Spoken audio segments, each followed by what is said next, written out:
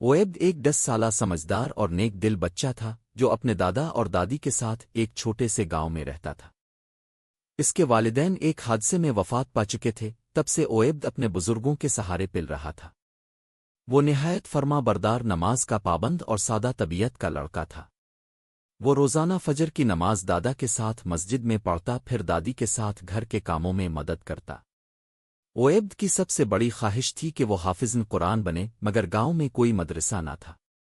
اس نے دعا کرنا شروع کر دی، اللہ مجھے قرآن سیکھنے کا موقع عطا فرما۔ دادا دادی اس کی لگن دیکھ کر روز اس کے لیے دعا کرتے اور تھوڑا تھوڑا قرآن اسے خود بھی سکھاتے۔